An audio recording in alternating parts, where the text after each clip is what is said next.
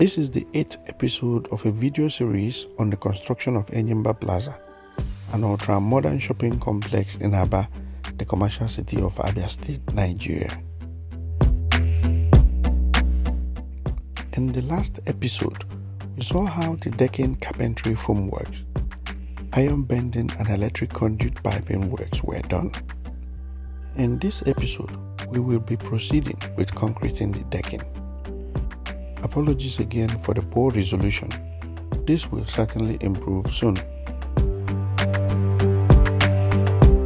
The developer had earlier planned to cast the decking at one go with the help of a ready-mix concrete supplier.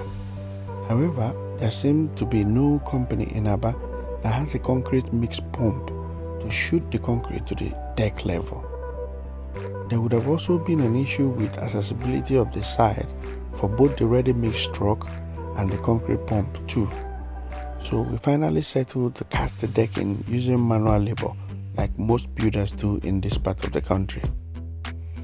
As a result of this decision, and given how large the coverage area is, it became clear that casting will be done in stages and over 2 or 3 days, starting from the first flank of the building. So with 2 concrete mixers on the ground and a considerable number of laborers engaged, it was time to get on with the job.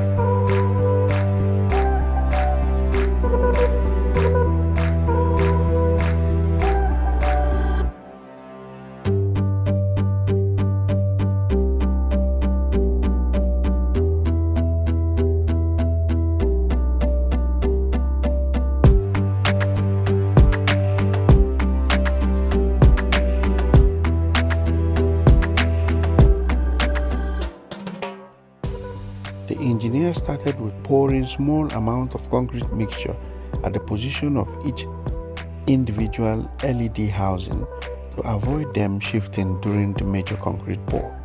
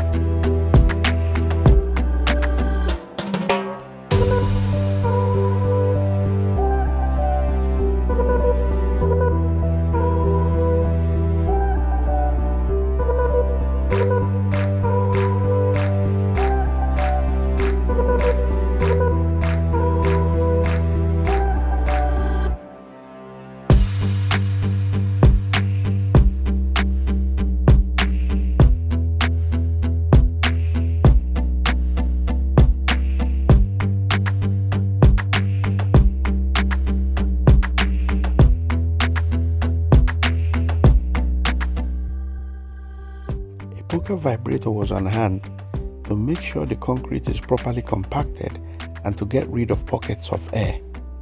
This is actually critical to the structural integrity of the building because numerous air pores could allow water to ingress into the concrete in the future and possibly cause corrosion to the rods by means of oxidation. And for anyone wondering about the implication, serious rust to concrete reinforcement steel causes cracking, delamination, and spalling, which, if not remedied quickly, could cause structural failure.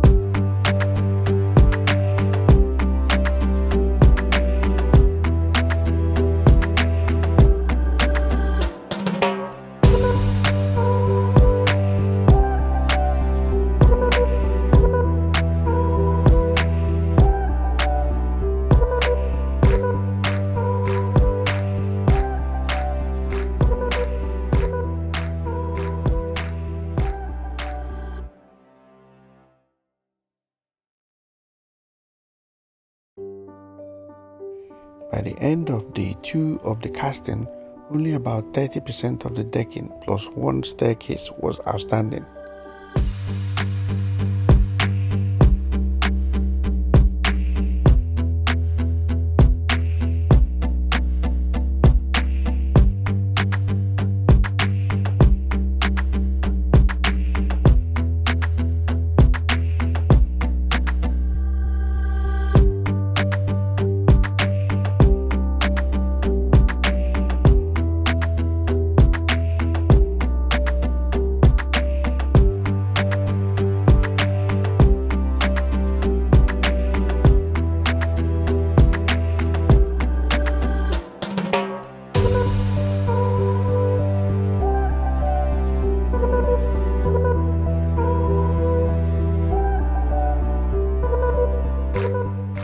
In small commercial complexes like this, the ground floor spaces give higher rental return than the floors above the ground level. So all the toilet facilities were planned to be installed in the first and second floors of the building. To achieve the modern look we aim for, all pipes are to be concealed along 4 dedicated non-load bearing channels within the building. The engineer had specific brief not to allow any waste pipe to run within the columns or across any lintel, as they will compromise the structural integrity of the building.